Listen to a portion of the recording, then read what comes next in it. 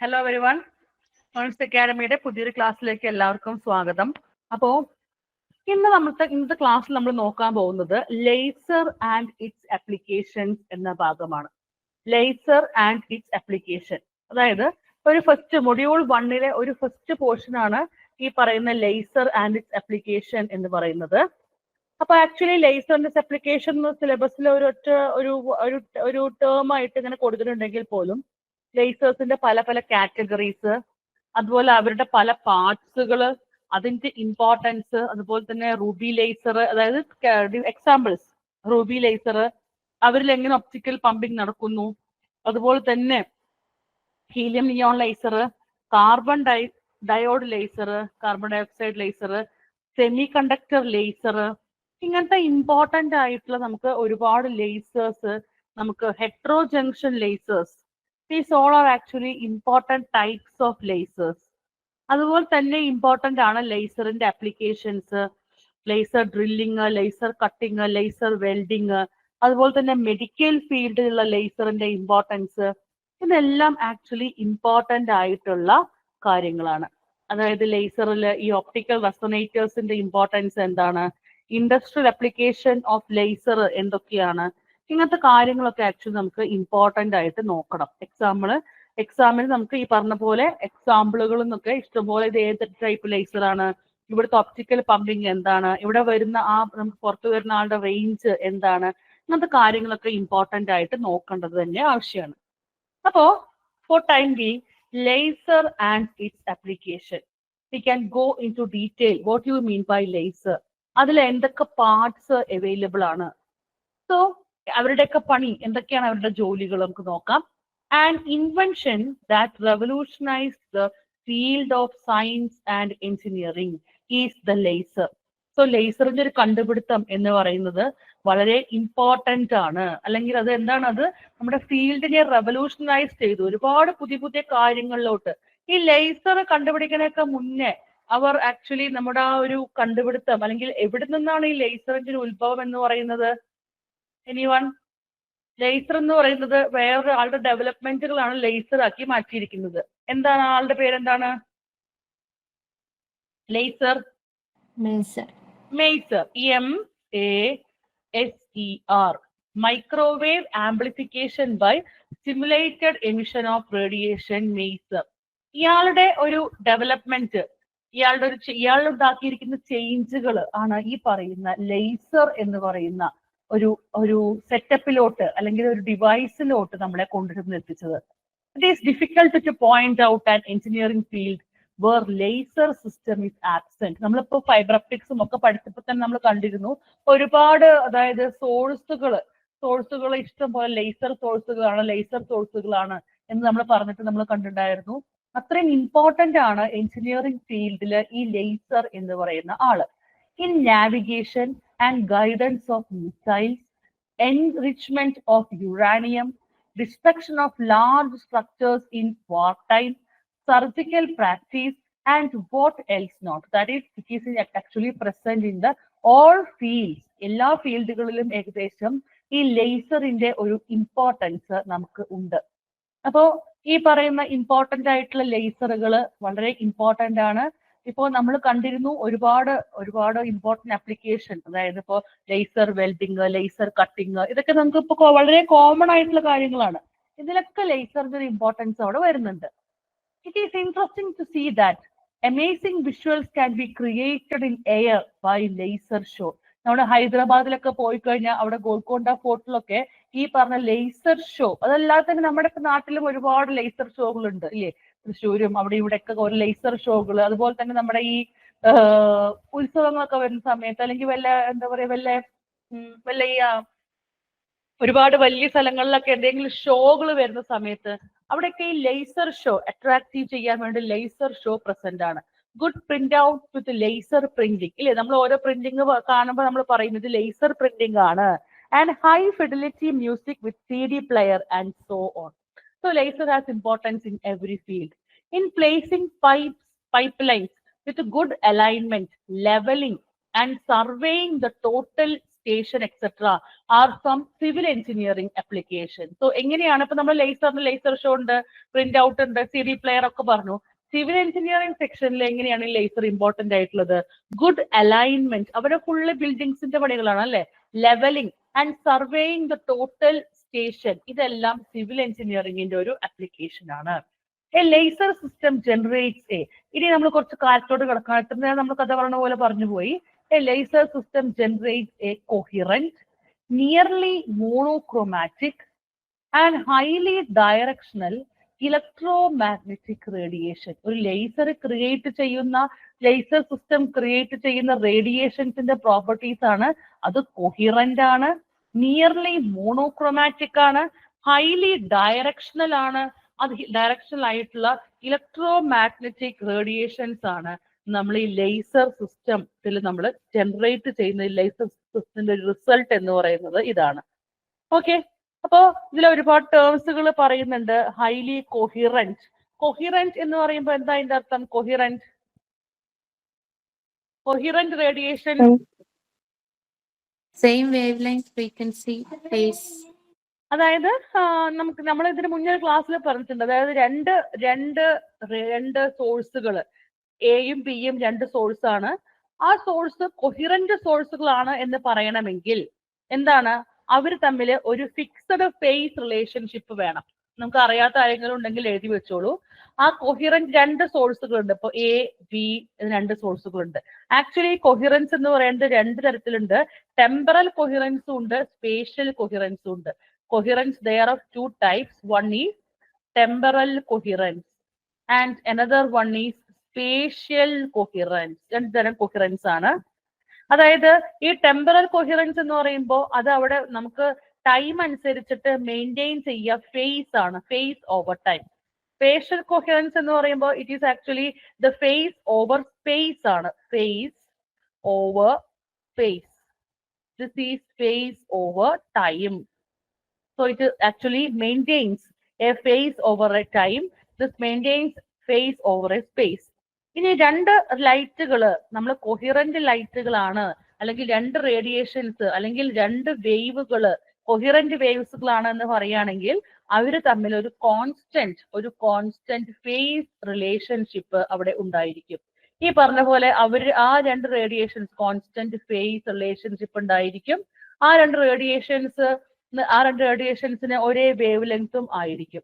അങ്ങനത്തെ രണ്ട് റേഡിയേഷൻസിനെ നമ്മൾ എന്ത് വിളിക്കാം? രണ്ട് റേഡിയേഷൻസ് അല്ലെങ്കിൽ രണ്ട് വേവുകൾ കൊഹിറന്റ് ആണ് എന്ന് പറഞ്ഞാൽ അതാണ് അതിന്റെ അർത്ഥം എന്ന് പറയുന്നത്. സോ കൊഹിറൻസ് എന്ന് പറയുന്നത് ലേസറിന്റെ ഒരു ഇമ്പോർട്ടന്റ് ആയിട്ടുള്ള പ്രോപ്പർട്ടിയാണ് കൊഹിറൻസ് എന്ന് പറയുന്നത്. ഇനി അടുത്ത ഒരു നിയർലി മോണോക്രോമാറ്റിക് എന്ന വാക്കിന്റെ അർത്ഥം എന്താണ്? Single wave length. മോണോക്രോമാറ്റിക് എന്ന് പറഞ്ഞു കഴിഞ്ഞാൽ അതായത് ആ ഒരു നമ്മളത് മോണോക്രോമാറ്റിക് എന്ന് പറഞ്ഞു കഴിഞ്ഞാൽ നിങ്ങൾ പറയണ പോലെ തന്നെ ഒരേ വേവ് ലെങ്ത് ആയിരിക്കും. മോണോക്രോമാറ്റിക് ആണ് എന്ന് പറയുന്ന പുറത്തു വിടുന്ന ആൾക്ക് എന്താണ്?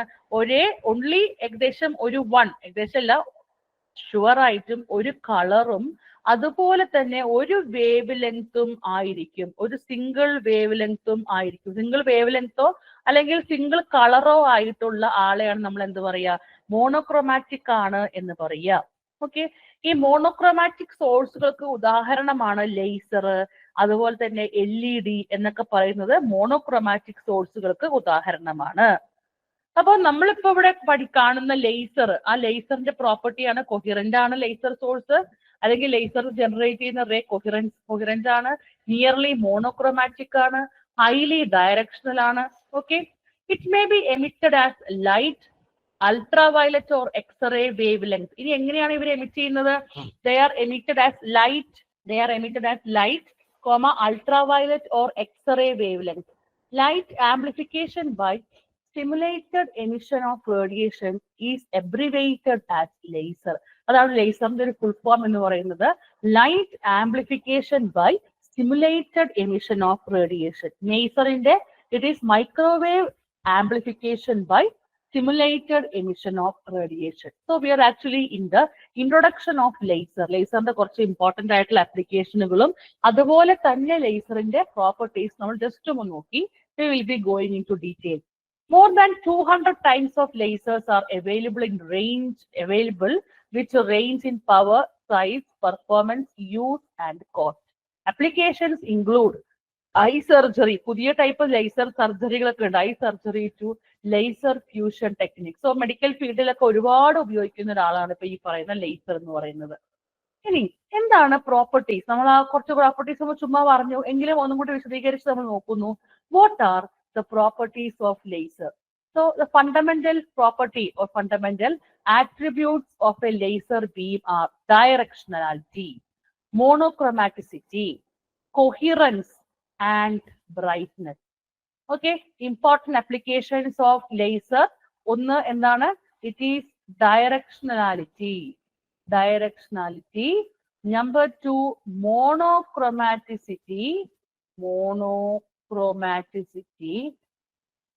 Number 3, coherence. And number 4, brightness. These are the 4 important properties of laser. Okay or no?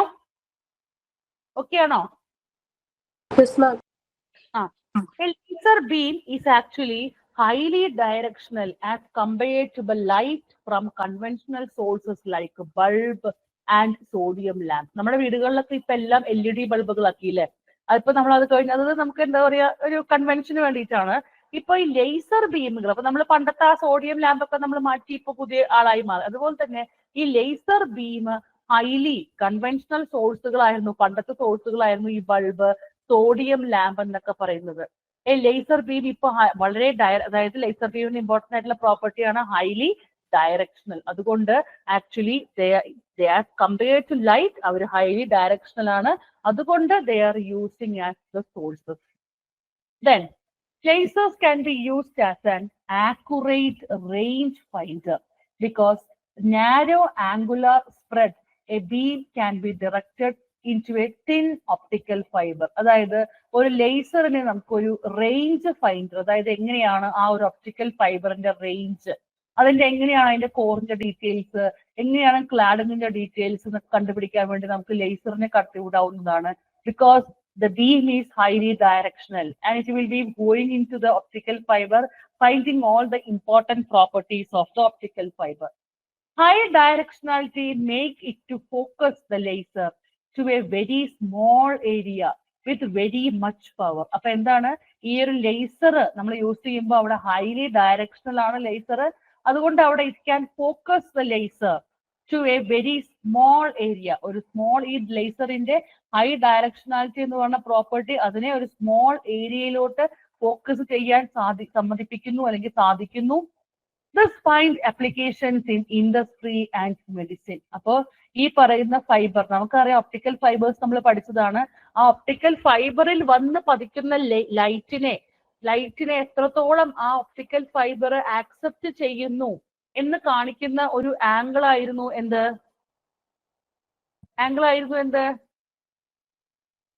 Critical angle. എത്രത്തോളം capacity of optical fibre? Acceptance angle. It is the acceptance angle. And acceptance angle നമ്മൾ തീറ്റ A എന്ന് represent ചെയ്യുന്നു. എങ്ങനെയാണ് acceptance angle numerical aperture related ആയിരിക്കുന്നത്? Numerical aperture NA is equal to Sin theta. sin theta A, sin of the acceptance angle.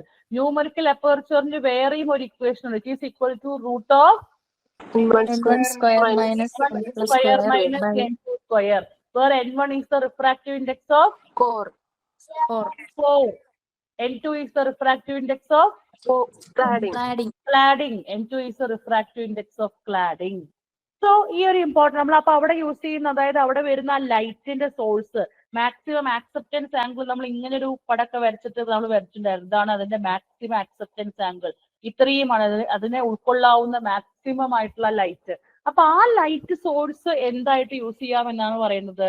നമ്മുടെ laser ആയിട്ട് use ചെയ്യാമെന്നാണ് പറയുന്നത്. അതായത് അതിന് ഇൻഡസ്ട്രിയിലും അതുപോലെ മെഡിസിനൽ ഫീൽഡിലും ഒരുപാട് ആപ്ലിക്കേഷൻസ് ഉണ്ട്.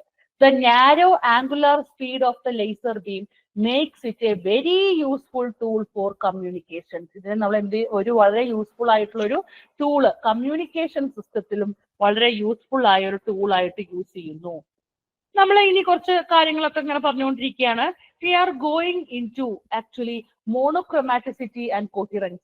A highly monochromatic radiation has very small frequency range. ശരിയാണ്. ഹൈലി മോണോക്രോമാറ്റിക് എന്ന് പറഞ്ഞ വേവ് ലെങ്തുമായി മോണോക്രോമാറ്റിക് ഒരേ വേവ് ലെങ്ത് ഉള്ള ഹൈലി മോണോക്രോമാറ്റിക് ആയിട്ടുള്ള റേഡിയേഷന് ഫ്രീക്വൻസി എങ്ങനെയായിരിക്കും? ഫ്രീക്വൻസി സ്മോൾ ആയിരിക്കും. The frequency of the radiations in a laser beam are highly centered about a particular frequency. So ഒരു laser beamലെ frequency വളരെ centered ആയിരിക്കും. ഒരു particular valueലോട്ട് അത് centered ആയിരിക്കും. The radiation of a very narrow frequency band is amplified and produced in a laser system. അങ്ങനെ ഒരു particular frequencyയിലോട്ട് laser beamനെ നമ്മൾ അവിടെ കൊണ്ടുവരുന്ന സമയത്ത് what happens? The radiation of a very narrow frequency band, our narrow frequency band is actually amplified and produced in a laser system. Conventional sources have a coherence length of few centimeters and that of laser, ഒരു conventional source, അതായത് ഒരു ബൾബോ ഒരു sodium lamp ഒക്കെ use ചെയ്യുന്ന സമയത്ത് അവിടെ ഉണ്ടാകുന്ന coherence length എന്ന് പറയുന്നത് ഫ്യൂ സെന്റിമീറ്റർ റേഞ്ചിലാണ്.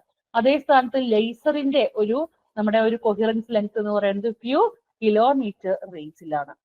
Monochromaticity is and coherence, they are actually important properties of laser system.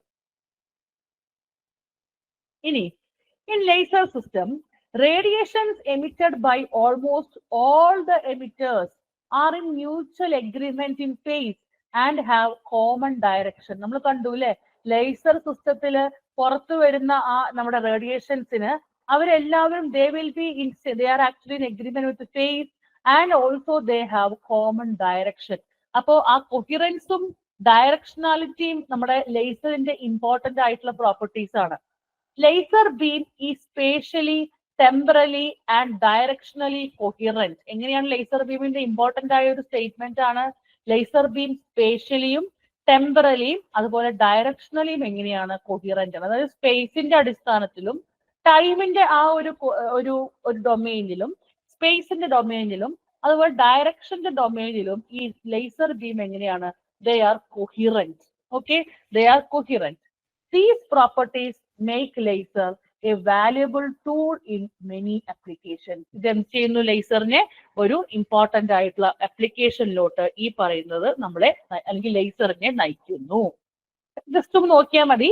ആ ഇമ്പോർട്ടന്റ് പ്രോപ്പർട്ടീസിനെ കുറിച്ച് ചെറുതായി ഒന്ന് വിശദീകരിച്ചതാണ്. അടുത്തത് ബ്രൈറ്റ്നെസ് എന്ന് പറയുന്ന ഇമ്പോർട്ടന്റ് ആയ പ്രോപ്പർട്ടി ആണ് ലേസറിന്റെ. Brightness of a source of electromagnetic wave is defined as the power emitted per unit surface area per unit solid angle. So what is actually brightness? Brightness is power emitted per unit surface area per unit solid angle is what meant by the brightness. A laser of moderate power has a brightness which is several orders of magnitude greater than that of the brightest conventional source. So a laser, a moderate power ulla oru laser, ayalde brightness is several orders of magnitude greater than that of the conventional aayittu source inde korchu koodalaayirikkum. It is due to highly directional property of the laser beam. Laser inde directionality property ennaanu avade namukku koodalaayittum ee parayna brightness um directionality um coherence um ellam endana parasparam relate ചെയ്ത് നമ്മുടെ ലേസറിന്റെ important ആയ പ്രോപ്പർട്ടീസുകളായി നമ്മൾ ലേസറിനെ അല്ലെങ്കിൽ laser important ആയ properties ആയി നമ്മൾ consider ചെയ്യുന്നു. ലേസറിന്റെ important properties 4 ഉള്ളത്. മെയിൻ ആയിട്ടും directionality, monochromaticity, coherence and brightness. Directionality, monochromaticity, അതുപോലെ തന്നെ കൊഹിറൻസ് ആൻഡ് ബ്രൈറ്റ്നസ്. ഇനി നമ്മളെ ഒരു എന്താ പറയാ ഒരു കഥ പറഞ്ഞ ലാഘവത്തോടു കൂടി എല്ലാം പറഞ്ഞു കേട്ടു എല്ലാം പോയി. ശരി ഇരിക്കട്ടെ. നമ്മൾ എല്ലാ കുറെ എക്സാമിന് ക്വസ്റ്റ്യൻസ് വരുമ്പോൾ അത് നമുക്ക് ഓപ്റ്റ് ചെയ്യാൻ സാധിക്കും. നമ്മൾ ഇന്ന് രസകരമായിട്ട് അയാളുടെ പ്രോപ്പർട്ടീസ് എന്തൊക്കെയാണ്, അയാൾ എവിടെയൊക്കെ യൂസ് ചെയ്യുന്നു, ഒരു ഇൻട്രൊഡക്ഷൻ പോലെ കണക്കാക്കുക. ഇനി ഈ കാണിച്ചിരിക്കുന്ന ഒരു ഫിഗറിലോട്ട് നിങ്ങൾ ശ്രദ്ധിക്കുക. ആദ്യം കാണിക്കുന്നത് അബ്സോർപ്ഷൻ ആണ്. എന്താണ് അബ്സോർപ്ഷൻ എന്ന ഈ ഒരു പ്രോസസ്സിൽ നിന്ന് മനസ്സിലായത്? ഇതാണ് E1 എന്ന് പറയുന്ന എനർജി ലെവൽ, ഇതാണ് E2 എന്ന് പറയുന്ന എനർജി ലെവൽ. എല്ലാ ഫിഗറിലും E1 E2 E1 E2. എന്ത് മനസ്സിലായി ഒന്നാമത്തെ ഫിഗറിന്ന്? എനർജി അക്സെപ്റ്റ് ചെയ്തിട്ട് ഇലക്ട്രോൺ ഹയർ എനർജി ലെവലിലേക്ക് പോകും. അതായത് ഈ ഇൻകമിങ് ആയിട്ടുള്ള റേഡിയേഷൻസ് അല്ലെങ്കിൽ ഫോട്ടോണുകളെ ഈ E1 എന്ന ലെവലിൽ ഇരിക്കുന്ന ആറ്റം എന്ത് ചെയ്യുന്നു? അതിനെ ഈ വരുന്ന റേഡിയേഷൻസിന് എനർജി ഈ ആറ്റങ്ങൾക്ക് എനർജി കൊടുക്കുന്നു, ഈ ഇൻകമിങ് ആയിട്ടുള്ള റേഡിയേഷൻ. എന്നിട്ട് അവരെ പിടിച്ചു വലിച്ചു ഉയർത്തി കൊണ്ടുപോയി E2 എന്ന് പറയുന്ന ലെവലിലോട്ട് കൊണ്ടുപോവാണ്. ഈ പ്രോസസ്സിനെ വിളിക്കുന്ന പേരാണ് അബ്സോർപ്ഷൻ എന്ന് പറയുന്നത്. സോ E1 എന്ന ലെവലിൽ ഇരിക്കുന്ന ആൾക്കാര് E2 എന്ന ലെവലിൽ എത്തുന്ന ഈ പ്രോസസ്സിനെ വിളിക്കുന്ന പേരാണ് അബ്സോർപ്ഷൻ എന്ന് പറയുന്നത്. ഇനി ഈ രണ്ടാമത്തെ ഫിഗറിന് എന്താ മനസ്സിലായത്? Spontaneous emission. ഈ ഫിഗർ എങ്ങനെ എക്സ്പ്ലെയിൻ ചെയ്യാം നമുക്ക്? സ്പോണ്ടേനിയസ് എമിഷൻ എനർജി ലോസ് ചെയ്തിട്ട് ലോവർ ലെവലിലേക്ക് ഇലക്ട്രോൺസ് വരുന്നു. അതായത് എല്ലാ സിസ്റ്റവും എങ്ങനെയാണ്? എനർജി കൂടിക്കഴിഞ്ഞാൽ അവിടെ സ്റ്റെബിലിറ്റി എങ്ങനെയാണ് സിസ്റ്റത്തിന്റെ? എനർജിയും സ്റ്റെബിലിറ്റിയും തമ്മിൽ എങ്ങനെ റിലേറ്റഡ് ആയിരിക്കണേ? എനർജി കൂടിക്കഴിഞ്ഞു കഴിഞ്ഞാൽ അവർ അത്രയും സ്റ്റേബിൾ അല്ല. അപ്പൊ ആ സ്റ്റെബിലിറ്റി അക്വയർ ചെയ്യാൻ വേണ്ടി ഇവര് ഈ അഡീഷണൽ ആയിട്ടുള്ള എനർജി എന്ത് ചെയ്യും? അവര് പുറത്തു വിട്ട് തിരിച്ച് അവർക്ക് സമാധാനപരമായി E1 ലെവലിൽ ഇരുന്നാൽ മതി. ഇതാണ് നമ്മുടെ കണ്ടീഷൻ.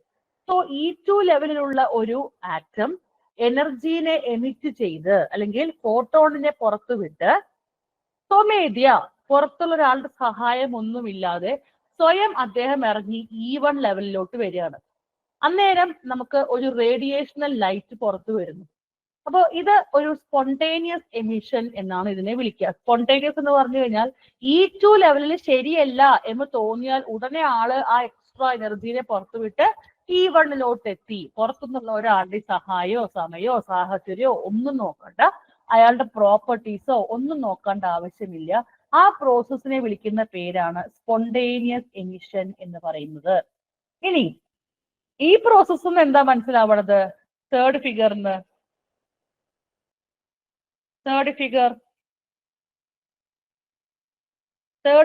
എന്താ മനസ്സിലായത്? എക്സ്റ്റേണൽ ആയിട്ട് ഒരു ലൈറ്റ് വന്ന് അതിനെ അബ്സോർബ് ചെയ്തിട്ട് ഹയർ എനർജി ലെവലിൽ നിന്ന് ലോവർ എനർജി ലെവലിലേക്ക് വരുമ്പോൾ അതും ഒരു എനർജി ആയിട്ട് റിലീസ് ചെയ്യും. ശരി. അതായത് E2 എന്ന് പറയുന്ന നമ്മുടെ E2ലുള്ള ആള് അദ്ദേഹം സ്വയം താഴ്ത്തോട്ട് വരില്ല E1 എന്ന ലെവലിലോട്ട്. ഓക്കെ, അവിടെ പുറത്തുള്ള ഒരാളുടെ സഹായം വേണം. പുറത്തുനിന്നുള്ള ഒരു ഫോട്ടോ അല്ലെങ്കിൽ റേഡിയേഷൻ വന്ന് ഈ E2നെ എക്സ്ട്രാ എനർജീനെ പുറത്തു വിടാൻ സഹായിക്കുകയാണ്. അങ്ങനെ പുറത്തു വിടുമ്പോൾ ഇവിടെ 2hν പുറത്തു വരും. നോക്കൂ, 2 റേഡിയേഷൻ പുറത്തു വരും. 2hν നമ്മൾ കണ്ടിട്ടുണ്ടായിരിക്കും. അപ്പൊ E2ൽ നിന്ന് E1ലോട്ട് with the help of an external radiation or external person, അങ്ങനെയുള്ള ആ ഒരു സിറ്റുവേഷന് നമ്മൾ വിളിക്കുന്ന പേരാണ് പെർട്ടർബേഷൻ എന്ന് പറയും. അതായത് എക്സ്റ്റേണൽ ആയിട്ടുള്ള ഒരു ഉന്ത് വേണം അവിടെ. പെർട്ടർബഡ് ആണ് സിസ്റ്റം, അതിനെ വിളിക്കുന്ന പേരാണ് പെർട്ടർബേഷൻ എന്ന് പറയുന്നത്. ഓക്കെ, സോ ഈ ഒരു സ്റ്റിമുലേറ്റഡ് എമിഷൻ എന്ന് പറയുന്ന പ്രോസസ് അതാണ് E2 ലെവലിൽ നിന്ന് E1 ലെവലിലോട്ട് നമ്മുടെ ആൾക്കാര് കടന്നു വരുന്നു with the help of external aid, and that is what meant by the stimulated emission. So നമ്മുടെ ഈ ലേസറിന്റെ പ്രിൻസിപ്പിൾ എന്ന് പറയുന്നത് സ്റ്റിമുലേറ്റഡ് എമിഷൻ ആണ്. ലേസറിന്റെ പ്രിൻസിപ്പിൾ എന്ന് പറയുന്നത് സ്റ്റിമുലേറ്റഡ് എമിഷൻ ആണ്. ഇപ്പൊ നമ്മൾ ഈ കാണിച്ചിരിക്കുന്നത് ഇൻസിഡന്റ് റേഡിയേഷൻ എങ്ങനെ അബ്സോർബ് ചെയ്യുന്നു E1ൽ നിന്ന് E2ലോട്ട് എന്നുള്ളതാണ് കാണിച്ചിരിക്കുന്നത്. ഇത് ആ ഒരു E2ൽ നിന്നുള്ള ആള് E1ലോട്ട് വരുമ്പോൾ അവിടെ ഒരു എനർജി hν എനർജി പുറത്തു വരും എന്നുള്ള ഡയഗ്രാണ് ഇത്. hν എന്നുള്ള റേഡിയേഷൻ വന്ന് പതിക്കുമ്പോൾ E2ലുള്ള ആള് E1ലോട്ട് വരുന്നു. 2hν എന്ന് പറഞ്ഞ എനർജി പുറത്തു വരുന്നു. നിങ്ങൾക്ക് അറിയുന്നുണ്ടായിരിക്കും E = hν എന്നാണ് ഇക്വേഷൻ. ആ 2hν അവിടെ പുറത്തോട്ട് വരുന്നു. സോ അതാണ് നമ്മുടെ ഒരു ഇമ്പോർട്ടന്റ് ആയിട്ടുള്ള സ്റ്റിമുലേറ്റഡ് എമിഷൻ. സോ എക്സാമിന് what is the principle behind the laser എന്ന് ചോദിച്ചാൽ stimulated emission is the principle behind the laser system. ഇനി നോക്കൂ, നമുക്ക് അടുത്തൊരു സെഷനിലോട്ട് പോകാം. ഇത്രയും കാര്യങ്ങൾ ക്ലിയർ അല്ലേ? ഇത്രയും കാര്യങ്ങൾ ഡൗട്ട് ഒന്നും ഇല്ലല്ലോ? ക്ലിയർ അല്ലേ? Optical process. In this section, we deal with the optical processes related to laser. That is spontaneous emission. നമുക്ക് കുറച്ചും കൂടി ഇൻ ഡീറ്റെയിൽ ഈ റേറ്റ് ഓഫ് സ്പോണ്ടേനിയസ് എമിഷൻ ഒക്കെ നമുക്കൊന്ന് നോക്കണം. കാരണം ഈ നമ്മുടെ ഈ സ്പോണ്ടേനിയസ് എമിഷന്റെ ഒക്കെ ഈ ഒരു കേസിൽ വരുന്ന ഇമ്പോർട്ടന്റ് ആയ ടേമുകളാണ് ഐൻസ്റ്റീൻ കോയിഫിഷ്യന്റുകൾ എന്ന് പറയുന്നത്. നിങ്ങൾ കേട്ടിട്ടുണ്ടായിരിക്കും അത്. സ്പോണ്ടേനിയസ് എമിഷൻ എന്ന് പറയുന്നത് നമ്മൾ നേരത്തെ തന്നെ കണ്ടിരുന്നു. E2 ലെവലിലുള്ള ആള് E1 ലെവലിലോട്ട് വരുന്ന ആ പ്രോസസ്സിനെ വിളിക്കുന്ന പേരാണ് സ്പോണ്ടേനിയസ് എമിഷൻ എന്ന് പറയുന്നത്. അവിടെ ഒരു hν പുറത്തു വരും. The phenomenon of emission of radiation by natural de-excitation of atoms or molecules is called spontaneous emission. അവിടെ എന്താ സംഭവിക്കുന്നത്? ഒരു നാച്ചുറൽ ഡി-എക്സൈറ്റേഷൻ ആണ്. അയാൾക്ക് ആരുടെ സഹായം ഇല്ല, അയാൾ റെഡിയാണ് എക്സ്ട്രാ എനർജിനെ കളഞ്ഞ് E1 ലെവലിലോട്ട് വരാൻ റെഡിയാണ്. സോ അവിടെ വരുന്ന സമയത്ത് I can write the equation, frequency equation എനിക്ക് ഇങ്ങനെ എഴുതാൻ പറ്റും. That is frequency nu is equal to E/h ആണ്. E is equal to hν ആണ്. ഇവിടെ രണ്ട് എനർജി ലെവൽ ഉണ്ട്. E2 minus E1 is equal to hν. Nu is equal to E2 minus E1 divided by h എന്ന് കിട്ടും. h എന്ന് പറയുന്നത് planks constant ആണ്. ഇനി ഈ റേറ്റ് ഓഫ് സ്പോണ്ടേനിയസ് എമിഷൻ എന്താന്ന് പറഞ്ഞു. ഈ സ്പോണ്ടേനിയസ് എമിഷന്റെ റേറ്റ്, ആ ഇക്വേഷൻസ് നമുക്കൊന്ന് നോക്കണം. Rate of spontaneous emission, rate of spontaneous emission. Spontaneous emission rate to the lower level, rate of spontaneous emission to the lower level, it is actually proportional to number of atoms. It is proportional to number of atoms per unit volume. Number of atoms per unit volume in the excited level. In the excited level, that is excited level എന്ന് പറഞ്ഞാൽ അത് ഏതാണ്? N2 ആണ്. ഇത് E1 ആണ്. E1-ലുള്ള number of atoms N1 ആണ്. E2 excited level ആണ്. E2 number of atoms N2 ആണ്.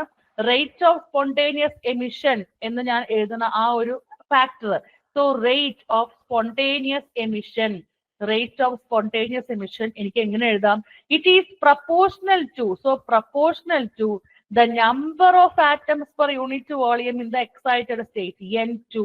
ആ N2 proportionality ഞാൻ മാറ്റാൻ വേണ്ടി I am introducing a constant of proportionality, that is A21. ഇതാണ് ഐൻസ്റ്റീന്റെ A കോയിഫിഷ്യന്റ് എന്ന് പറയുന്നത്. So spontaneous emission rate of spontaneous emission is actually equal to A21 into N2. A21 is known as Einstein's A coefficient. A21 എന്ന് പറയാൻ കാരണം ഇത് actually 2 നമ്മുടെ ആളെ A2 second ലെവലിൽ നിന്ന് first ലെവലിലോട്ടാണ്. So A21 into N2 എന്നാണ് റേറ്റ് ഓഫ് സ്പോണ്ടേനിയസ് എമിഷനെ നമ്മൾ ഡിഫൈൻ ചെയ്യുന്നത്. ഓക്കെ ആണോ? ഓക്കെ ആണോ? ആ, അപ്പൊ ഇതൊരു ഐൻസ്റ്റീന്റെ ഒരു കോയിഫിഷ്യന്റ് ആണ് A21 എന്ന് പറയുന്നത്. ഐൻസ്റ്റീൻ A കോയിഫിഷ്യന്റും ഉണ്ട്, പിന്നെ Einstein's A coefficient as well as Einstein's B coefficient. ആ ഭാഗം കേട്ടിട്ടില്ലേ? A coefficient as well as B coefficient. Okay, അപ്പൊ നമ്മള് സിമുലേറ്റഡ് എമിഷന്റെ കാര്യമാണ് പറഞ്ഞുകൊണ്ടിരിക്കുന്നത്. സിമുലേറ്റഡ് എമിഷന്റെ കാര്യമാണ് പറഞ്ഞുകൊണ്ടിരിക്കുന്നത്. സിമുലേറ്റഡ് എമിഷന്റെ കാര്യമാണോ പറഞ്ഞുകൊണ്ടിരിക്കുന്നത്? സ്പോണ്ടേനിയസ് എമിഷന്റെ കാര്യമാണ്. സിമുലേറ്റഡ് എമിഷന്റെ കാര്യം ഞാൻ പറയാൻ പോകുന്നേ ഉള്ളൂ. Spontaneous emission RSE rate is equal to A21 into N2. ഇനി സിമുലേറ്റഡ് എമിഷൻ ഉണ്ട്. അതിന് മുന്നേ നമ്മൾ സ്പോണ്ടേനിയസ് അബ്സോർപ്ഷൻ പറയേണ്ടതായിരുന്നു. അപ്പൊ നമുക്കത് പറയാം. അതിന് മുന്നേ സിമുലേറ്റഡ് എമിഷനും കൂടി പറയാം. സിമുലേറ്റഡ് എമിഷൻ എന്ന് പറയുന്ന ഈ പ്രോസസ്സ് എങ്ങനെയാണ് ഐൻസ്റ്റീന്റെ എയും ബിയും കോയിഫിഷ്യന്റുമായിട്ട് റിലേറ്റ് ചെയ്തിരിക്കുന്നത് നമുക്ക് നോക്കാം. So simulated emission is the phenomenon of emission of radiation by excited atoms or molecules in the presence of suitable radiation. ഒരു സ്യൂട്ടബിൾ റേഡിയേഷൻ വന്ന് നമ്മുടെ രണ്ടാമത്തെ സ്റ്റേറ്റിലുള്ള E2-ലുള്ള ആൾക്കാരെ ഒന്ന് ഇളക്കി വിട്ടാലാണ് അവർ എന്ത് ചെയ്യുള്ളൂ? E1-ലോട്ട് കടന്നു വരികയുള്ളൂ. അങ്ങനെ പുറത്തു വരുന്ന റേഡിയേഷൻസ് അവര് ഒരേ ഫേസിലായിരിക്കും. പുറത്തു വരുന്ന റേഡിയേഷൻസും അതുപോലെ തന്നെ ഇൻകമിങ് ആയിട്ടുള്ള റേഡിയേഷൻസും ഒരേ ഫേസിലായിരിക്കും ഉണ്ടായിരിക്കുക. ഈ റേറ്റ് ഓഫ് സ്റ്റിമുലേറ്റഡ് എമിഷൻ ഒന്ന് നോക്കിക്കോണേ. Rate of stimulated emission. Rate of stimulated emission. It is directly proportional to energy density of radiation. It is directly proportional to energy density of radiation at high frequency. Energy density of radiation. Energy density of radiation at frequency nu. Okay. It is actually also proportional to number of atoms per unit volume. അപ്പോൾ energy density of radiation at frequency nu നും proportional ആണ്. അതുപോലെ തന്നെ it is proportional to number of atoms per unit volume. Number of atoms per unit volume in the excited state. Number of atoms per unit volume in the excited state. ഇതിന് രണ്ടിനെയും proportional ആണ് ഈ പറയുന്ന rate of stimulated emission. അതായത് rate of stimulated emission is proportional to രണ്ട് ഫാക്ടറുകൾ. ഒന്ന് രണ്ടാമത്തെ സ്റ്റേറ്റിലുള്ള എക്സൈറ്റഡ് സ്റ്റേറ്റിലുള്ള ആൾക്കാർ നമ്പർ N2. പിന്നെ energy density. Energy density is always represented as U of new. ഈ പ്രപ്പോർഷണാലിറ്റിനെ മാറ്റാൻ വേണ്ടി ഞാൻ എന്ത് ചെയ്യുന്നു, ഈക്വൽ ടു ഇടുമ്പോൾ അവിടെ ഉണ്ടാകുന്ന കോയിഫിഷ്യന്റ് ആണ് ഈ പറയുന്ന B21, ഐൻസ്റ്റീൻസ് ബി കോയിഫിഷ്യന്റ്. അതായത് സെക്കൻഡ് ലെവലിൽ നിന്ന് ഫസ്റ്റ് ലെവലിലോട്ടാണ് ആള് പോകുന്നത് എന്ന് കാണിക്കാൻ B21 is equal to B21 N2 into U of nu. Rate of stimulated emission. Rate of spontaneous emission was A21. മുന്നേ എഴുതിയിട്ടുണ്ട് A21 N2 rate. ഇവിടെ rate is proportional to B21. അത് എന്തിനോടും പ്രപ്പോർഷണൽ ആണ്? Energy density of radiation of frequency. അതായത് ആ frequency ആ radiation energy ഡെൻസിറ്റിയോടും അത് proportional ആണ്. Rate of transition to lower energy level is directly proportional to the energy density of the radiation at the frequency nu. Okay. Stimulated emission എന്ന് പറയുന്ന ഈ ഒരു important ആയിട്ടുള്ള property, rate of emission is proportional to energy density of incident radiation. Also the polarization state of the emitted photon is same as that of the incident one. അത് important ആയിട്ടുള്ള ഒരു point ആണ്. Polarisation state എഴുതി വെക്കണം. ഞാൻ ഈ slide represent ചെയ്തിട്ടില്ല. Polarisation state എന്ന് പറയുന്നത് പോളറൈസേഷൻ സ്റ്റേറ്റ് എമിറ്റഡ് ഫോട്ടോണിനും അതുപോലെ തന്നെ നമ്മുടെ ഇൻകമിങ് ആയിട്ടുള്ള ആൾക്കും, എമിറ്റഡ് ഫോട്ടോണിനും ഇൻകമിങ് ആയിട്ടുള്ള ആൾക്കും എങ്ങനെയാണ് സെയിം ആയിരിക്കും ആ പറയുന്ന പോളറൈസേഷൻ സ്റ്റേറ്റ് എന്ന് പറയുന്നത്. ഓക്കെ. പിന്നെ ലേസർ ഇസ് ദ ആക്ച്വലി ഒന്നുകൂടി പറയും പറഞ്ഞത് പോളറൈസ്ഡ്. അതായത് ഈ പോളറൈസേഷൻ, നമുക്ക് പോളറൈസേഷൻ ലൈറ്റിന്റെ ഇമ്പോർട്ടന്റ് ആയിട്ടുള്ള പ്രോപ്പർട്ടിയാണ് ഈ പോളറൈസേഷൻ എന്ന് പറയുന്നത്.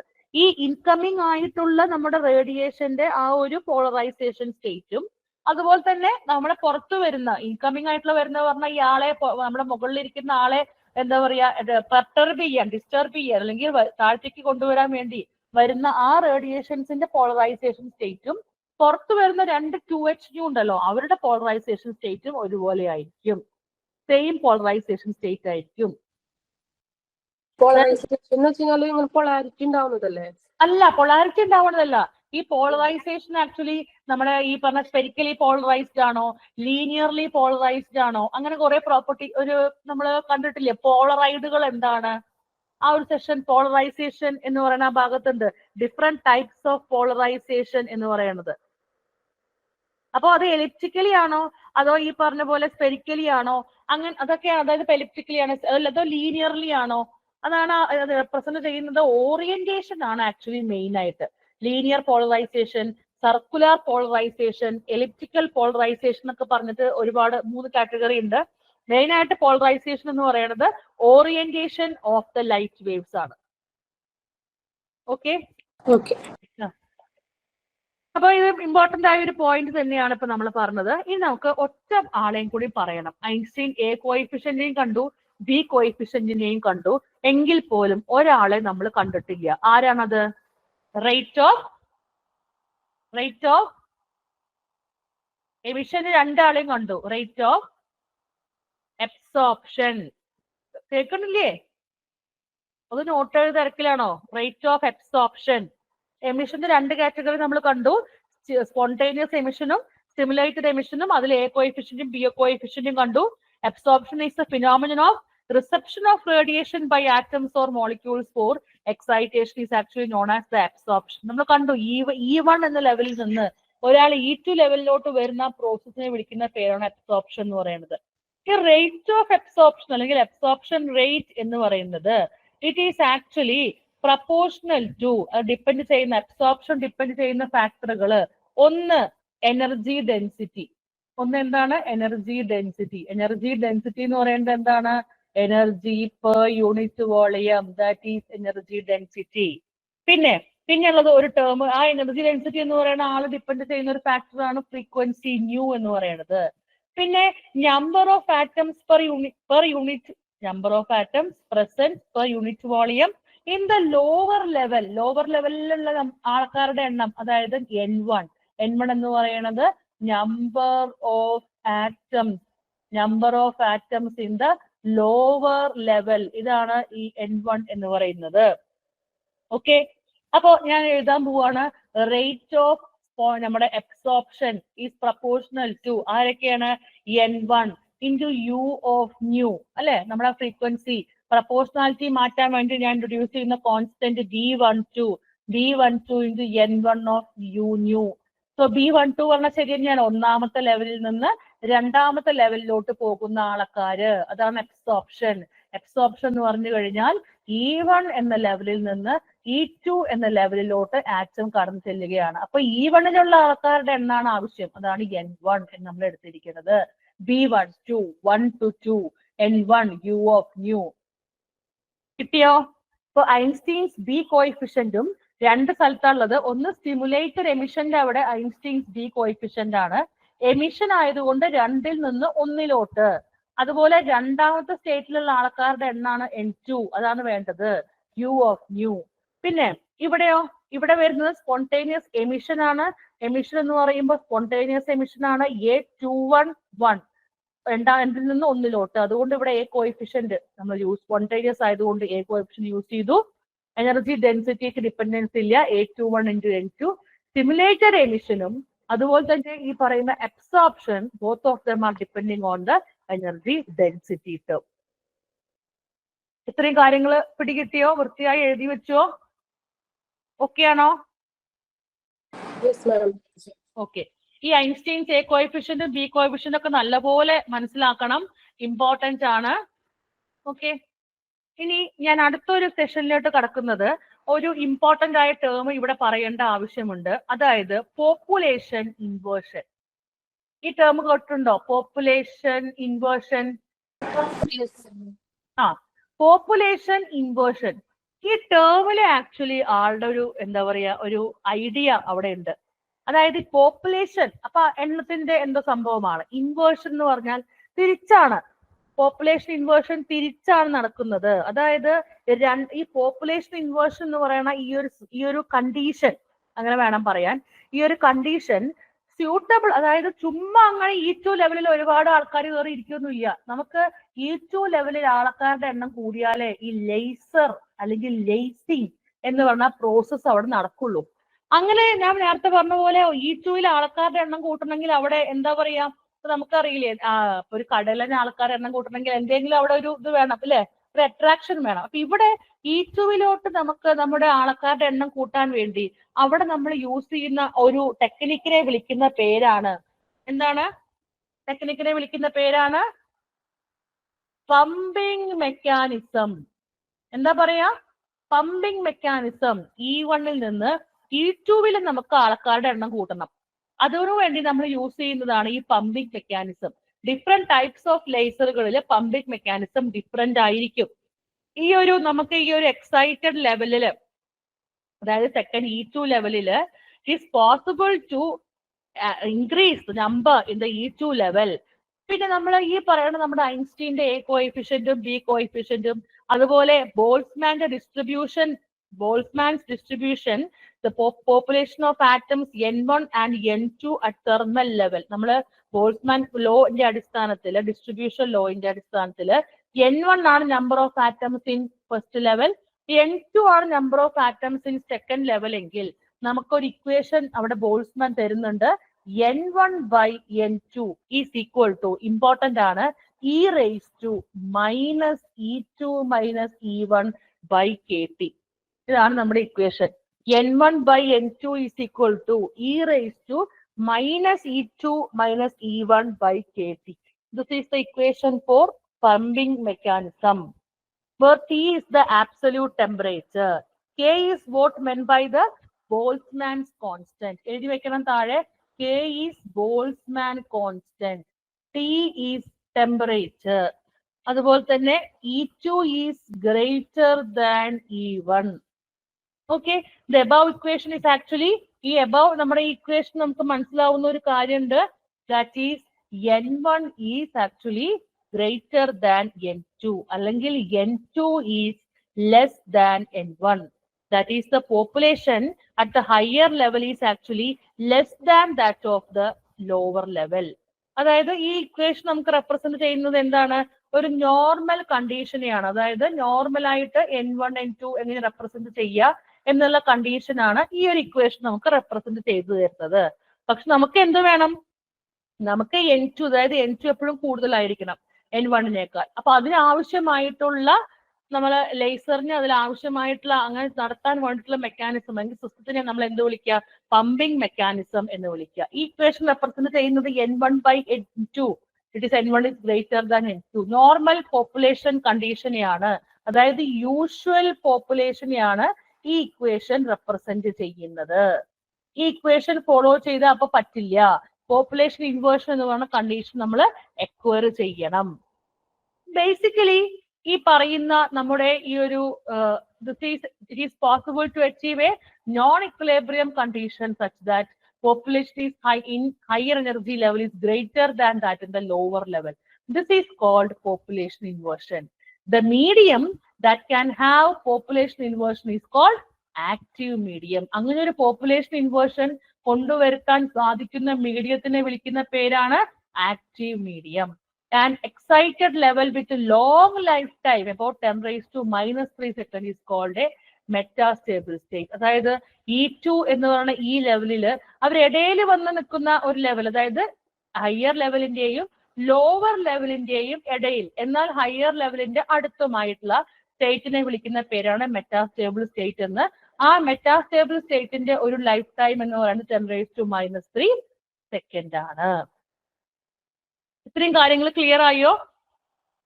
ഇത്രയും കാര്യങ്ങൾ പറഞ്ഞത് ക്ലിയർ ആയോ? Absorption, rate of absorption, rate of ഏതാ ഏതാ ഒന്നുകൂടെ പറയും. ഏത് ഏത് ഇൻവേർഷൻ കഴിഞ്ഞിട്ടുള്ള പോയിന്റ്, പോപ്പുലേഷൻ ഇൻവേർഷൻ കഴിഞ്ഞിട്ടുള്ള പോയിന്റ്സ് എന്താ മെറ്റാസ്റ്റേബിൾ സ്റ്റേറ്റ്?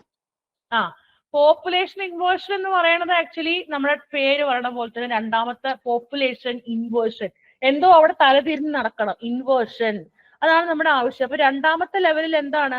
ആൾക്കാരുടെ എണ്ണം കൂട്ടണം. രണ്ടാമത്തെ ലെവലിൽ ആൾക്കാരുടെ എണ്ണം കൂടിയാലല്ലേ അത്ര ആൾക്കാര് മുകളിൽ നിന്ന് എനർജീനെ ലോസ് ചെയ്യുമ്പോൾ താഴത്തോട്ട് വരുള്ളൂ. അപ്പോ ഈ പറയുന്ന ആ ഒരു കണ്ടീഷനാണ് നമുക്ക് ലേസർ, അതായത് ലേസിംഗ് കണ്ടീഷൻ, ലേസിംഗ് ആക്ഷൻ നടക്കണമെങ്കിലുള്ള കണ്ടീഷനെ വിളിക്കുന്ന പേരാണ് പോപ്പുലേഷൻ ഇൻവേർഷൻ എന്ന് പറയുന്നത്. Population inversion is N important condition for lacing action. അങ്ങനെ ആ ഒരു പോപ്പുലേഷൻ കണ്ടീഷൻ നടക്കണമെങ്കിൽ, അല്ലെങ്കിൽ ആ ഒരു കണ്ടീഷൻ സ്റ്റേറ്റ് എക്വയർ ചെയ്യണമെങ്കിൽ ചുമ്മാ അങ്ങനെ എക്വയർ ചെയ്യാൻ പറ്റത്തില്ല. അവിടെ ഒരു പമ്പിംഗ് മെക്കാനിസം ആവശ്യമാണ്. So A pumping mechanism is needed in order to produce the population inversion state എന്ന് പറയുന്നത്. അതായത് ഒരു ആക്റ്റീവ് മീഡിയത്തിനെ അങ്ങനെ ഒരു പമ്പിംഗ് മെക്കാനിസത്തിന് തരാൻ, അല്ലെങ്കിൽ പമ്പിംഗ് മെക്കാനിസം അവിടെ കൊടുത്തു കഴിഞ്ഞാൽ അത് അംഗീകരിക്കുന്ന അല്ലെങ്കിൽ അതിൽ പോപ്പുലേഷൻ ഇൻവേർഷൻ കണ്ടീഷനിലോട്ട് കൊണ്ടുവരാൻ സാധിക്കുന്നത് ഒരു ആക്റ്റീവ് മീഡിയത്തിനെ മാത്രമേ സാധിക്കുള്ളൂ. ഒരു ആക്റ്റീവ് മീഡിയം എന്ന് പറയുന്നത് is one with energy levels having a population inversion between some levels. അപ്പോൾ ഒരു ആക്റ്റീവ് മീഡിയം അവിടെ ഇമ്പോർട്ടന്റ് ആണ്. പമ്പിംഗ് മെക്കാനിസം എന്ന് പറയുന്നത് E2 ലെവലിൽ ആൾക്കാരുടെ എണ്ണം കൂടുതലാണ് എന്നതാണ്. അത് ബേസിക് ആയിട്ടുള്ള ഒരു കമ്പോണന്റ് ആണ്, ലേസർ സിസ്റ്റത്തിന്റെ ഒരു ബേസിക് കമ്പോണന്റ് ആണ് എന്ത്, പമ്പിംഗ് മെക്കാനിസം എന്ന് പറയുന്നത്. ഇനി ഈ ആൾക്കാരുടെ എണ്ണം വെച്ചിട്ട്, അതായത് ബോൾസ്മാൻ ഡിസ്ട്രിബ്യൂഷൻ ലോന്റെ അടിസ്ഥാനത്തിൽ N1 എന്ന ആ ഒരു population of atoms in the first level N2 എന്ന് പറയുന്ന population atoms population of atoms second level. അത് നമ്മൾ എഴുതുന്ന സമയത്ത് നമ്മുടെ ഇക്വേഷൻ നമ്മൾ ഒറ്റ minute, I have done A mistake in this equation. Sorry, this is N2, this is N1. ഒന്ന് മാറ്റണം.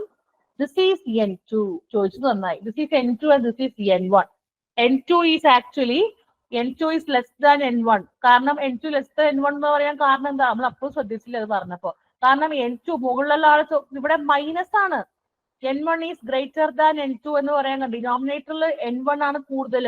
അങ്ങനെ വരുമ്പോ ഈ ഒരു ഇക്വേഷൻ, അതായത് ഇപ്പൊ ഞാൻ പറഞ്ഞത് ഇത്രയേ ഉള്ളൂ, നമ്മുടെ ബോൾട്ട്സ്മാൻ ഡിസ്ട്രിബ്യൂഷൻ ലോന്റെ അടിസ്ഥാനത്തിൽ N1 ഇത്ര E1 എന്ന ലെവലിൽ N1 ആൾക്കാരുണ്ട്, E2 ലെവലിൽ N2 ആൾക്കാരുണ്ടെങ്കിൽ അവരുടെ യൂഷ്വൽ പോപ്പുലേഷൻ എക്സ്പ്ലെയിൻ ചെയ്യുന്ന ഇക്വേഷൻ ആണ് ഇത്. N2 by N1 is equal to e raised to minus E2 minus E1 by KT. അതുകൊണ്ടാണ് N1 is greater than N2. ഇയാളാണ് കൂടുതൽ. അല്ലെങ്കിൽ N2 is less than N1 എന്നും ഇതിന് നമുക്ക് വേറൊരു രീതിയിൽ പറയാം. അപ്പൊ ഇങ്ങനെ ഇരുന്നാൽ പറ്റില്ല. പോപ്പുലേഷൻ ഇൻവേർഷൻ ഇങ്ങനെ നമുക്ക് റിക്കവർ ചെയ്യണമെങ്കിൽ യൂഷ്വൽ പോപ്പുലേഷൻ നടത്തിയാൽ പറ്റില്ല. അവിടെ ഒരു ബമ്പിംഗ് മെക്കാനിസം ഉപയോഗിച്ച് നമ്മൾ ഏറ്റവും കൂടുതലായിട്ടുള്ള E2 ലെവലിൽ ഏറ്റവും കൂടുതൽ ആൾക്കാരെ കൊണ്ടുവരണം. അപ്പോ ഡയറക്റ്റ് ആയിട്ട് E2-ൽ നിന്ന് E1-ലോട്ട് വരുന്നതിന് പകരം ഇവര് ഇടയിൽ കയറുന്ന ഒരു സ്ഥലമാണ് ഈ പറയുന്ന മെറ്റാസ്റ്റേബിൾ സ്റ്റേറ്റ് എന്ന് പറയുന്നത്. മെറ്റാസ്റ്റേബിൾ സ്റ്റേറ്റ് എന്ന് പറയുന്നത് E2 ലെവലിനും E1 ലെവലിനും ഇടയിലുള്ള ഒരു സ്റ്റേറ്റ് ആണ്. മെറ്റാസ്റ്റേബിൾ. സ്റ്റേബിൾ ആണോ? അല്ല. എന്നാൽ അത് എങ്ങനെയാണ്? മോസ്റ്റ്, അതായത് സ്റ്റേബിലിറ്റി ഏകദേശമൊക്കെ ഉണ്ട് എങ്കിൽ പോലും അവിടെ കുറെ നേരം അവർക്ക് ഇരിക്കാൻ സാധിക്കില്ല. അവർ പെട്ടെന്ന് തന്നെ താഴത്തേക്ക് വരും. അങ്ങനെയാണ് ഈ ലേസറുകളുടെ ലെവലുകൾ നമ്മൾ ഡിറ്റർമിൻ ചെയ്യുന്നത്. ഈ മെറ്റാസ്റ്റേബിൾ സ്റ്റേറ്റിലുള്ള ആ ഒരു കാലസമയം എന്ന് പറയുന്നത് എത്രയാണ്? ഈ 10⁻³ സെക്കൻഡ്സ് ആണ് അവിടെയുള്ള കാലയളവ് എന്ന് പറയുന്നത്. മെറ്റാസ്റ്റേബിൾ സ്റ്റേറ്റ് നമുക്ക് സ്റ്റേബിൾ ആണോ? അല്ല. എങ്കിലും സ്റ്റേബിൾ സ്റ്റേറ്റിന്റെ അടുത്തുള്ള ഒരു സ്റ്റേറ്റ് ആണ് ഈ പറയുന്ന മെറ്റാസ്റ്റേബിൾ സ്റ്റേറ്റ് എന്ന് പറയുന്നത്. ഓക്കെ ആണോ? ചോദിച്ചു നന്നായി. നമ്മുടെ ഇക്വേഷൻ തെറ്റിയിരുന്നു. N2 by N1 ആണ് നമ്മുടെ ഇക്വേഷൻ എന്ന് പറയുന്നത്. 10⁻³ സെക്കൻഡ്സ് ആണ് അവിടുത്തെ ഒരു സമയം, അവിടെ നിൽക്കുന്ന സമയം. അത്രേ ഉള്ളൂ. അതിനുശേഷം അവർക്ക് ഒരുപാട് സമയം ആ മെറ്റാസ്റ്റേബിൾ സ്റ്റേറ്റിൽ നിൽക്കാൻ പറ്റില്ല. They cannot persist actually for ഒരു സമയം, ഒരു സിഗ്നിഫിക്കന്റ് പീരീഡിൽ മാത്രമേ അവിടെ നിൽക്കാൻ സാധിക്കുള്ളൂ ആ മെറ്റാസ്റ്റേബിൾ സ്റ്റേറ്റിൽ. അതിനുശേഷം they will be coming down. Okay.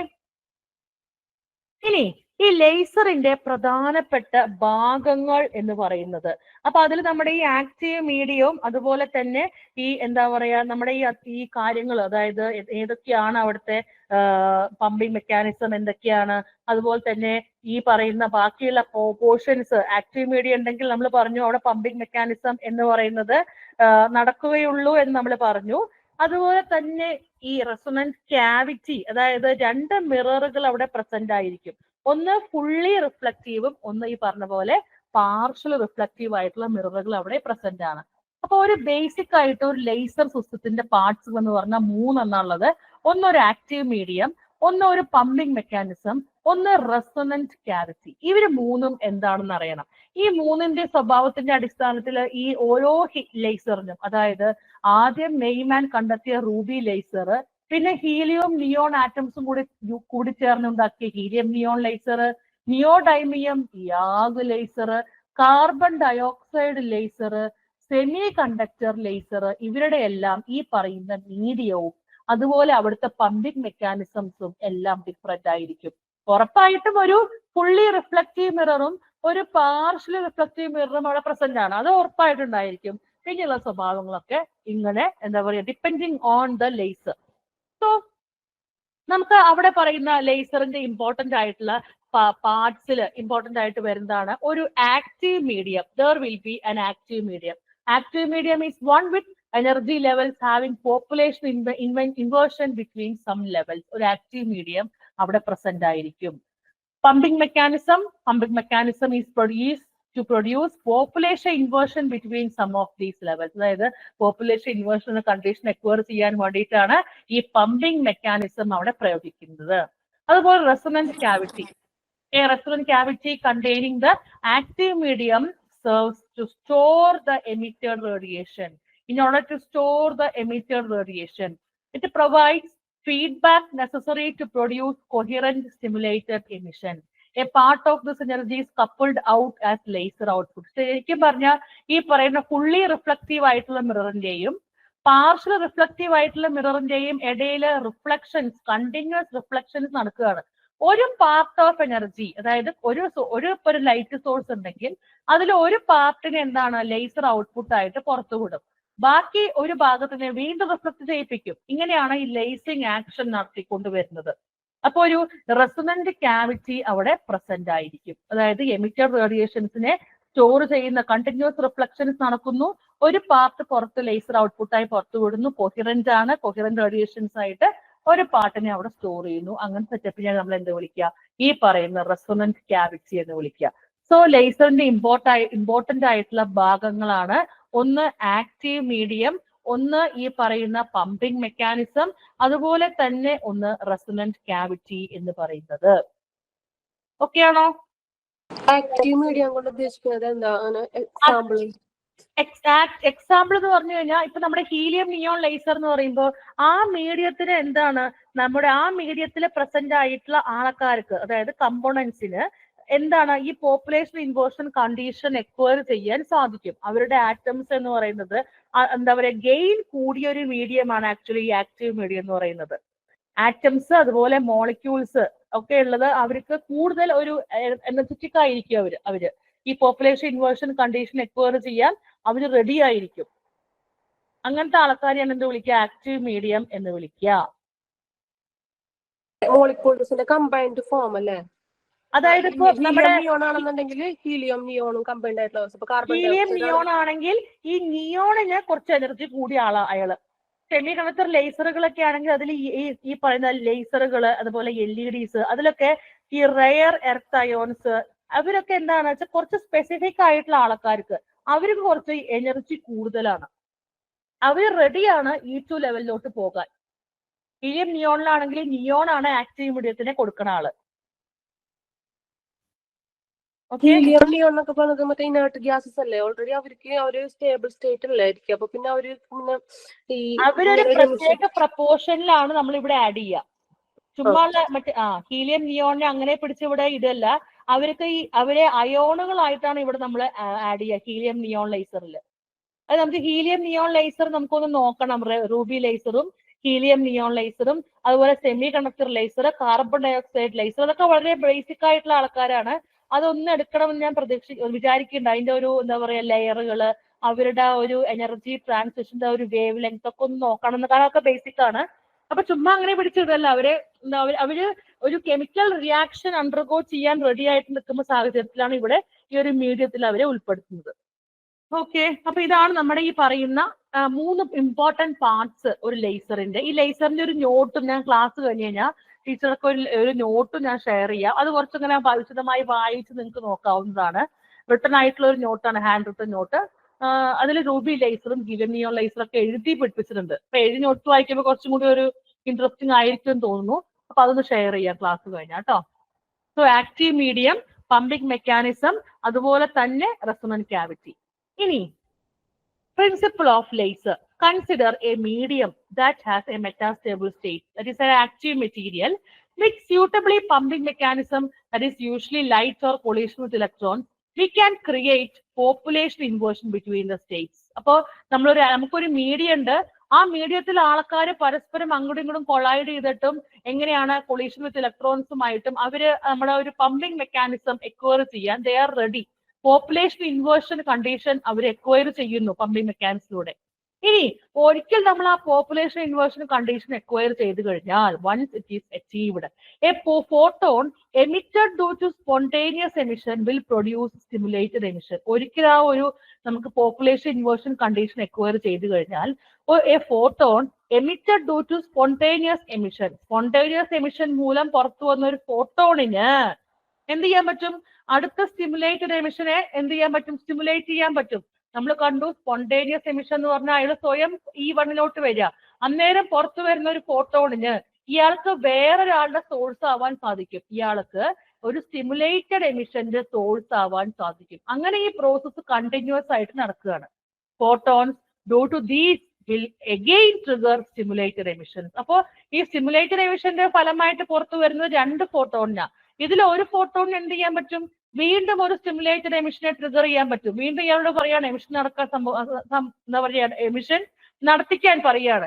ഇവിടെയാണെങ്കിലോ ഇയാൾക്കും വേറൊരു ആൾക്കാരെ E2 ൽ നിന്ന് E1 കൊണ്ടുവരാൻ സാധിക്കും. അപ്പൊ അവിടെ ഈ ഒരു പ്രോസസ്സ് കണ്ടിന്യൂസ് ആയിട്ട്, അതായത് ഒരു അൺകൺട്രോൾഡ് ന്യൂക്ലിയർ റിയാക്ഷൻ പോലെ, അത് വലിയ സംഭവമാണ്, ഇത് നമ്മളൊരു ചെറിയ രീതിയിൽ പറയാണ്. ഇങ്ങനെ ഈ പുറത്തു വരുന്ന റേഡിയേഷൻസിന് അടുത്ത ആൾക്കാരെ കൂടി ട്രിഗർ ചെയ്യാൻ സാധിക്കുന്നു. Thus amplification takes place, thus lacing action occurs. So, and because of this process, the amplification and lacing action is also taking place. It may be noted that beam passes through the same medium many times. ഞാൻ നേരത്തെ പറഞ്ഞ ഒരുപാട് അങ്ങോട്ടും reflection നടക്കുന്നു എന്ന് പറഞ്ഞില്ല നേരത്തെ. അത് ഇവിടെ പറയുന്നുണ്ട്, ഒരു ബീം ആ ഒരു സെയിം മീഡിയത്തില് ഒരുപാട് തവണ, many times due to reflection at the mirrors forming a resonant cavity. അപ്പൊ ഈ റെസൊണന്റ് ക്യാവിറ്റിയിൽ ഇതാണ് പണി. എന്താ പണി? ഈ ബീം അങ്ങോട്ടും ഇങ്ങോട്ടും ഇങ്ങനെ റിഫ്ലക്ട് ചെയ്തുകൊണ്ടിരിക്കുക. ആ റിഫ്ലക്ട് ചെയ്യുന്നതിൽ നിന്ന് ഒരു പാർട്ട് എടുത്തിട്ടാണ് പുറത്ത് ലേസർ ഔട്ട്പുട്ടായി കൊടുക്കുന്നത്. ഒരു പാർട്ട് വീണ്ടും ആ ക്യാവിറ്റിയിലുണ്ട്, അത് വീണ്ടും റിഫ്ലക്ട് ചെയ്യുന്നു. പോപ്പുലേഷൻ ഇൻവേർഷൻ കണ്ടീഷൻ എക്വയർ ചെയ്യുന്നു, ലേസിംഗ് ആക്ഷൻ നടക്കുന്നു, പുറത്തു വരുന്നു, വീണ്ടും അതിനടുത്ത് കുറച്ച് പുറത്തോടുന്നു, വീണ്ടും ഉള്ളിൽ നടക്കുന്നു. ഈ പ്രോസസ്സ് ഇങ്ങനെ കണ്ടിന്യൂസ് ആയിട്ട് പോയിക്കൊണ്ടിരിക്കും. അതാണ് റെസൊണന്റ് ക്യാവിറ്റിയുടെ ഉള്ളിൽ നടക്കുന്ന ഒരു പ്രോസസ്സ് എന്ന് പറയുന്നത്. ഇനി ഈ മിററുകളുടെ കാര്യം പറഞ്ഞു. If one of the two mirrors is partially reflecting one, then a part of beam is extracted as output. നമ്മൾ പറഞ്ഞു ഒരു മിറർ ഫുള്ളി റിഫ്ലക്റ്റീവും ഒരു മിറർ പാർഷ്യലി റിഫ്ലക്റ്റീവുമാണ്. ഈ പാർഷ്യലി റിഫ്ലക്റ്റീവ് മിററിന്റെ ഭാഗത്തു നിന്നാണ് എന്ത് ചെയ്യുന്നത്? നമ്മൾ ഈ ഔട്ട്പുട്ട് ബീമിനെ എക്സ്ട്രാക്ട് ചെയ്തെടുക്കുന്നത്. ഒരു mirror, there will be two mirrors. One is fully reflective and another one is partially reflective. From that partially reflecting one, we are actually extracting the output. അതായത് actually ആ ഒരു റെസൊണന്റ് ക്യാവിറ്റിയിൽ നടക്കുന്നത് എന്താണ്? Oscillations. In a laser, oscillations will start when the gain of the active material compensates the loss due to the output coupling. അതായത് ഈ continuous oscillations ആണ് ഈ പറയുന്ന മീഡിയത്തിൽ നടക്കുന്നത്. ഈ ലേസർ ആക്ഷൻ അല്ലെങ്കിൽ ലേസർ എന്ന് പറഞ്ഞ പ്രോസസ്സ് അതിന്റെ ഫുള്ള് സ്വിങ്ങിലാവുന്നത് എപ്പോഴാണോ ഗെയിൻ, ആക്റ്റീവ് മീഡിയത്തിന്റെ gain, it compensates the losses due to output coupling. അതായത് കുറച്ചാളെ ഔട്ട്പുട്ടിക്ക് കൊടുക്കണു എന്ന് പറയുന്നില്ലേ, ആ ഔട്ട്പുട്ടിക്ക് കൊടുക്കുന്ന ആൾ അവിടെ പോയാൽ ഇവിടെ ഒരു കുറച്ച് കുറവ് വരും അല്ലെ, വീണ്ടും ഔട്ട്പുട്ടിക്ക് കൊടുത്താൽ വീണ്ടും ഇവിടെ കുറച്ച് കുറവ് വരും. എപ്പോഴാണോ ഈ ആക്റ്റീവ് മീഡിയത്തിന്റെ ഗെയിൻ ആ പുറത്തേക്ക് കൊണ്ടുപോയ ആ ലേസറിന്റെ ആ ഒരു നഷ്ടത്തിനെ പരിഹരിച്ച് അത്രയും റിഫ്ലക്ഷൻ നടത്തുന്നു, അപ്പോഴാണ് ഒരു ലേസിംഗ് ആക്ഷൻ കംപ്ലീറ്റ് ആയി, ഒരു നല്ലൊരു ഗുഡ് ലേസിംഗ് ആക്ഷൻ അവിടെ നടന്നു എന്ന് നമുക്ക് പറയാൻ സാധിക്കത്തുള്ളൂ. ഇത്രയും കാര്യങ്ങൾ മനസ്സിലായോ? ക്ലിയർ ആയോ? റെസൊണന്റ് ക്യാവിറ്റിയിൽ നടക്കുന്ന സംഭവങ്ങൾ മനസ്സിലായോ? അപ്പൊ ഇത്രയും സംഭവങ്ങളൊക്കെ നടന്നിട്ടാണ് നമ്മൾ ആ ചുമ്മാ പൂരപ്പറമ്പുള്ള ലേസർ കാണുമ്പോൾ നമ്മൾ ഇത്രയും കാര്യങ്ങൾ ആലോചിക്കണ്ടോ? ചുമ്മാ ഒരു എത്ര 60 10 പണ്ടൊക്കെ കുറവായിരുന്നു, ഇപ്പൊ നല്ല വിലയുണ്ട്. അത് നമ്മുടെ ലോക്കൽ സാധനം. ഇപ്പൊ നമ്മുടെ ഈ പ്രസന്റേഷനുകളില് അല്ലെ, സാറുമാരൊക്കെ നമ്മുടെ ഈ പ്രസന്റേഷൻ ടീച്ചേഴ്സും ഒക്കെ യൂസ് ചെയ്യുന്ന ഒരു ലേസർ, അതിലൊക്കെ എന്തോരം പ്രോസസ്സുകൾ ഈ പറയുന്ന അതൊക്കെ ചെറിയ ലെവലില്, അത്രയും ചെറിയ കുഞ്ഞിതായിട്ടുള്ള ആളാണ്. ഈ പ്രോസസ്സുകളൊക്കെ നടക്കുന്നു. പ്രധാനമായിട്ടും ഈ ലേസർ എന്ന് പറയുമ്പോൾ population inversion, pumping mechanism, there will be an active medium, also resonant cavity. Resonant ക്യാവിറ്റിയിൽ ചുമ്മാ ഇങ്ങനെ റിഫ്ലക്ഷൻസ് നടന്നുകൊണ്ടേ ഇരിക്കുകയാണ്. ഇത്രയും കാര്യങ്ങളാണ് നടക്കുന്നത്. ഓക്കെ ആണോ? The photons which are spontaneously emitted along the cavity axis will initiate the amplification process. This is the lasing action. So, ഒരു spontaneous എമിഷന്റെ ഭാഗമായിട്ട് പുറത്തു വരുന്ന ആ ഒരു ഫോട്ടോൺ എന്ത് ചെയ്യുന്നു? അതൊരു നമുക്ക് ആംപ്ലിഫിക്കേഷൻ പ്രോസസ്സിനെ സ്റ്റിമുലേറ്റ്, അതായത് അടുത്തൊരു എമിഷനെ സ്റ്റിമുലേറ്റ് ചെയ്യുന്നു. It can be shown that the threshold condition is reached when the population inversion reaches a critical value known as critical inversion. അതായത് it can be shown that the threshold condition is reached. So that the condition threshold value reach ചെയ്യുന്നു എപ്പോ when population inversion reaches a critical value. Population inversion ഒരു critical value എത്തുന്ന സമയത്ത് അതിന് നമ്മൾ വിളിക്കുന്ന പേരാണ് critical inversion എന്ന് പറയുന്നത്. Once the critical inversion is reached, oscillation will build up from the stimulated emission. ഒരിക്കൽ ഈ പറയുന്ന critical inversion എന്ന് പറയുന്ന ആ ഒരു സിറ്റുവേഷൻ എക്വയർ ചെയ്ത് കഴിഞ്ഞാൽ എന്താണ് ഓസിലേഷൻസ് അവിടെ ബിൽഡപ്പ് ചെയ്തിരിക്കും. Okay, oscillations will build up from the stimulated emission. ആ സ്റ്റിമുലേറ്റഡ് ഫസ്റ്റ് ഇപ്പൊ ആക്ച്വലി പറഞ്ഞ പോലെ നമ്മുടെ ആ ഒരു കറക്റ്റ് ആയിട്ട് ഇത് ഈ ഒരു പ്രോസസ്സ് ഇങ്ങനെ നമുക്കിപ്പോ ഒരു മിഷൻ ഓൺ ആക്കുന്ന പോലെ നമ്മൾ മെഷീൻ ഓൺ ആക്കി ടക്കെ പറഞ്ഞത് അങ്ങോട്ട് ഫുള്ളായിട്ട് ആ ഫുള്ള് സിംഗിൾ വർക്ക് ചെയ്യാൻ പോയില്ലേ, ആ ഒരു ഇത് ഇവിടെ ഉണ്ടായിരിക്കും. അപ്പോഴാണ് ആ ഫുള്ള് ക്രിട്ടിക്കൽ ഇൻവേർഷൻ കണ്ടീഷൻ നമുക്ക് എക്വയർ ചെയ്താലാണ് ഫുള്ളായിട്ട് നമുക്ക് ലേസിംഗ് ആക്ഷൻ അവിടെ നടന്നുകൊണ്ടിരിക്കുന്നുണ്ട് എന്ന് നമുക്ക് പറയാൻ പറ്റുള്ളൂ. സോ ഇത്രയും കാര്യങ്ങളാണ് നമുക്ക് ലേസർ എന്ന് പറയുന്നത്. നമ്മൾ ആക്ച്വലി ലേസറിന്റെ ഇൻട്രൊഡക്ഷനിലാണ് എത്തിയിരിക്കുന്നത്. അതിൽ നമ്മൾ കോയിഫിഷ്യൻസിന്റെ കാര്യം നോക്കാൻ പോയി. കാരണം എന്താണെന്ന് വെച്ചാൽ ഈ കോയിഫിഷ്യൻസിന്റെ ഭാഗത്ത് നിന്നൊക്കെ ക്വസ്റ്റ്യൻസ് ഇപ്പോ ഈ കഴിഞ്ഞ സയന്റിഫിക് ഓഫീസർ എക്സാമിനും കോയിഫിഷ്യന്റിന്റെ ഭാഗത്ത് നിന്നൊക്കെ എക്സാമിന് ക്വസ്റ്റ്യൻസ് ചോദിച്ചിട്ടുണ്ടായിരുന്നു. അതുകൊണ്ടാണ് Einstein A coefficient B coefficient ഒക്കെ എങ്ങനെ ഈ റേറ്റിനെ ഡിപ്പെൻഡ് ചെയ്ത് പറയാൻ സാധിക്കും എന്നൊക്കെയുള്ള ക്വസ്റ്റ്യൻ ഉണ്ട്. അതുകൊണ്ടാണ് ആ റേറ്റിന്റെ ഭാഗത്ത് നമ്മൾ ഒന്ന് വിശദമായി എടുത്തത്. ഓക്കെ, ഇത്രയും കാര്യങ്ങളാണ് ഇന്നത്തെ ക്ലാസ്സിൽ പറയാൻ ഉദ്ദേശിച്ചിരുന്നത്. മനസ്സിലായി എന്ന് വിചാരിക്കുന്നു. Thank you.